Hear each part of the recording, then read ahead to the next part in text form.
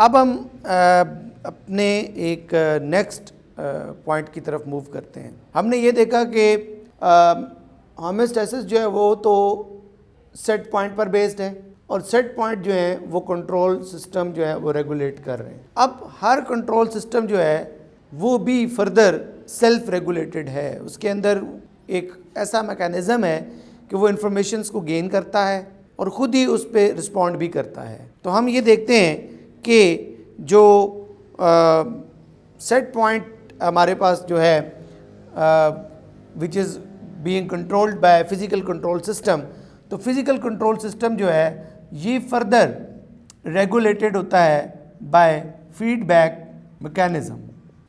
Mechanism, जिसमें हर system self regulated principle के बेस पे वर्कआउट कर रहा होता है। यानी when a system is regulated by itself, this is too very simple concept about feedback mechanism कि एक सिस्टम खुद से सेल्फ रेगुलेशन कर रहा है, अपनी जो रिक्वायर्ड लिमिट्स हैं उनके अंदर रहने की एबिलिटी रखता है और अपने आप को रखता भी है उन within the narrow limits.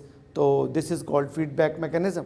हम इन जनरल ये भी कह सकते हैं कि हमारा जो होमियोस्टैटिक एक्टिविटी है, होमियोस्टैसिस है, वो भी कंट्रोल सिस्टम्स के साथ साथ बाय फीडबैक मैकेनिज़्म जो है वो भी रेगुलेट हो रहा है। अल्टीमेटली जब ये चीज़ इसको रेगुलेट कर रही है तो ये अल्टीमेट सिस्टम जो है ये इसको रेगुलेट कर रहा है। तो दे आर इंटरलिंक्ड कॉन्सेप्ट्स। अब ये जो फीडबैक मैकेनिज़्म होता है इसको हम 2 कैटेगरीज़ में डिफरेंशिएट करते हैं। एक को हम बोलते हैं नेगेटिव फीडबैक मैकेनिज़्म और दूसरे को हम बोलते हैं पॉजिटिव फीडबैक मैकेनिज़्म। ये इनके ऊपर चार्ज की वजह से नहीं है, दिस कीप इन माइंड। ये मैंने जो लिखा है negative positive, it doesn't mean that कि इनके ऊपर कोई नेगेटिव चार्ज है या पॉजिटिव चार्ज है। It's not a physics, not a particle discuss, we are not going to discuss charge particles. हम तो बात कर रहे हैं एक मैकेनिज़्म की, तो उसको हमने 2 कैटेगरीज में डिवाइड किया है, negative feedback mechanism and positive feedback mechanism. Negative feedback mechanism जो होता है ये ओवरऑल हमारी बॉडी में मैक्सिमम जो होमियोस्टैटिक एक्टिविटीज़ हैं उनको यही रेगुलेट कर रहा होता है। नेगेटिव फीडबैक में आपकी बॉडी उस आने वाले चेंज के ऑपोजिट रिस्पॉन्ड करके अपने सेट पॉइंट को मेंटेन करती है। ठीक है, यानी अगर इसको हम सिंपली कॉन्सेप्ट लें तो फॉर एग्जांपल ये चेंज है वेरिएबल का चेंज है, यानी जो चीज़ चेंज होने वाली है, लाइक टेम्परेचर में चेंज आ रहा है या वाटर कंसंट्रेशन में चेंज आ रहा है या सल्यूट में चेंज आ रहा है, तो ये अगर फॉर एग्जांपल उस चेंज की ये डायरेक्शन है तो बॉडी का जो रिस्पॉन्स होगा वो इसके ऑपोजिट होगा, लाइक दिस। और अल्टीमेट जो ऑब्जेक्टिव होगा वो नॉर्मल लिमिट को एक्वायर करना होगा। मसलन for example with respect to negative feedback कि हमारी बॉडी जो है उसका अगर टेम्परेचर राइज हो रहा है, इंक्रीज़ हो रहा है, 37 डिग्री सेंटीग्रेड से बियॉन्ड जा रहा है, तो बॉडी क्या करेगी, बॉडी उस 37 डिग्री सेंटीग्रेड टेम्परेचर को मेंटेन करने के लिए कूलिंग इफ़ेक्ट जनरेट करेगी और उसके ऑपोजिट, यानी अगर हीट इंक्रीज़ हो रही है, टेम्परेचर राइज हो रहा है, तो बॉडी का जो रिस्पॉन्स है वो टेम्परेचर को कम करने के लिए होगा ताकि 37 डिग्री सेंटीग्रेड जो रिक्वायर्ड लिमिट है वो अटेन हो सके, वो मेंटेन हो जाए। तो इस तरह हम कहते हैं कि नेगेटिव फीडबैक में बॉडी अपनी नॉर्मल कंडीशंस को मेंटेन करती है by responding in opposite direction in which that change was occurring. इसकी एक और एग्जांपल है कि अगर आपके ब्लड में ग्लूकोज का लेवल राइज हो रहा है, शुगर लेवल बढ़ रहा है, ग्लूकोज लेवल बढ़ रहा है, तो आपको पता है कि बॉडी जो है वो इंसुलिन प्रोड्यूस करेगी और इंसुलिन की वजह से जो ग्लूकोज बढ़ रहा था वो कम होने लग पड़ेगा और अल्टीमेटली जो नॉर्मल लिमिट ऑफ ग्लूकोज है विद इन द ब्लड वो हमें हासिल हो जाएगी। इस तरह और भी बहुत सारी एग्जांपल्स आप कोट कर सकते हैं, लेकिन ये 2 बहुत कॉमन एग्जांपल्स हैं कि आपका जो है वो बॉडी का टेम्परेचर और प्लस आपके जो ब्लड के अंदर शुगर लेवल है वो दोनों जो रेगुलेट हो रही हैं, they are going to be regulated by negative feedback mechanism.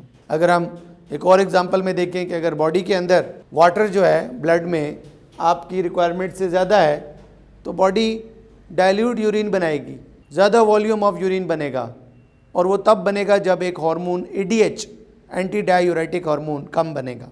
यानी बॉडी अगर वाटर लेवल इंक्रीज़ होता है तो बॉडी ADH नहीं बनाएगी। जब ADH नहीं बनाएगी तो ज़्यादा यूरिन प्रोड्यूस होगा, डाइल्यूट यूरिन प्रोड्यूस होगा, ज़्यादा वॉल्यूम में यूरिन प्रोड्यूस होगा और अल्टीमेटली जो विद इन द ब्लड या with in the body fluids water का लेवल एलिवेटेड था वो टर्न डाउन हो जाएगा। और इन द ऑपोजिट वे अगर वाटर लेवल कम है बॉडी में, ठीक है, तो अगर हम इसको यूँ भी शो कर सकते हैं, ठीक है, कि अगर वाटर लेवल कम है तो बॉडी जो है वो ADH बनाएगी और वाटर को रिटेन करने की कोशिश करेगी ताकि वाटर बॉडी के अंदर मेंटेन रहे, वाटर बॉडी के अंदर रुका रहे। तो अब उसके ऑपोजिट वे उसके रिस्पॉन्स में क्या होगा?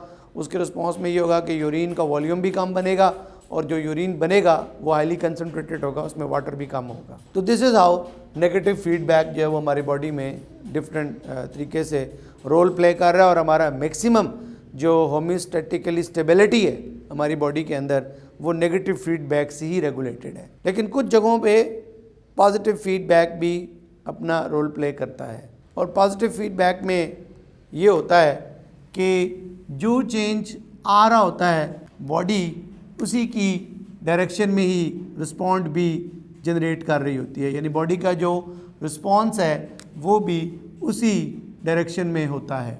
ये तो अगर उस चेंज, उस वेरिएबल के चेंज में, उस वेरिएबल में जो चेंज आ रहा है वो और बॉडी का उसी की डायरेक्शन में रिस्पॉन्ड कर जाना, this is called as positive feedback mechanism. Body तो इनडायरेक्टली डायरेक्टली रिस्पॉन्स नहीं कर रही होती, रिस्पॉन्स तो आपका कंट्रोल सिस्टम ही कर रहा होता है। तो ओवरऑल पॉजिटिव फीडबैक हमारे लिए ज़्यादा यूज़फुल नहीं है।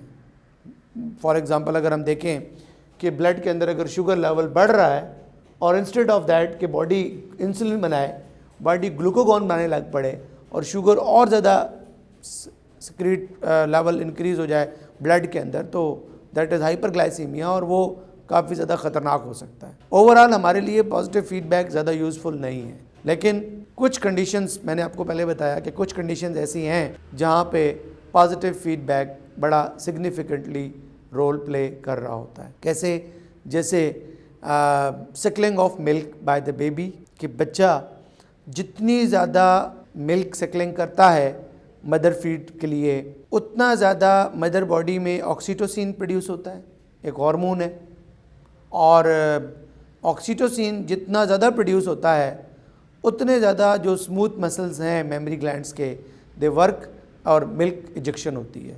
तो you can see more suckling more milk, low suckling low milk. So दोनों जो फैक्टर्स हैं सकलिंग और milk production, they are directly interlinked. तो इस मैकेनिज़्म को हम पॉजिटिव फीडबैक मैकेनिज़्म कहते हैं। सो अल्टीमेटली अगर हम कंक्लूड करते हैं इस पूरे कॉन्सेप्ट को तो हम यही समझते हैं कि होम्योस्टैसिस सेट पॉइंट पर बेस्ड है। सेट पॉइंट्स को कंट्रोल सिस्टम रेगुलेट कर रहे हैं और कंट्रोल सिस्टम्स जो हैं they are further regulated by feedback mechanism, they are based on feedback mechanism. वो उनका जो वर्किंग प्रिंसिपल है वो फीडबैक मैकेनिज्म है और फीडबैक जो है that can be positive, that can be that can be negative. अगर तो बॉडी उसी डायरेक्शन में रिस्पॉन्ड करती है जिस डायरेक्शन में वो वेरिएबल चेंज कर रहा है तो वो पॉजिटिव होगा, और अगर उसके ऑपोजिट रिस्पॉन्ड कर रही है तो फिर वो नेगेटिव होगा। अल्टीमेट दोनों हमारे लिए तभी यूज़फुल होते हैं कि जब दोनों का मकसद हमारे normal set points of homeostasis को मेंटेन करना होता है। अगर ये उससे डिविएट कर जाएं, फीडबैक नॉर्मल सेट पॉइंट को ना मेंटेन करें, तो फिर हमारे लिए जो है वो कॉम्प्लिकेशंस अराइज होती हैं जो कि डिजीज़ की शक्ल में और डिसऑर्डर की शक्ल में फिर अपीयर होती हैं। तो आई होप सो कि आपको जो होम्योस्टैसिस का मेन बेसिक कॉन्सेप्ट है वो क्लियर हो चुका होगा।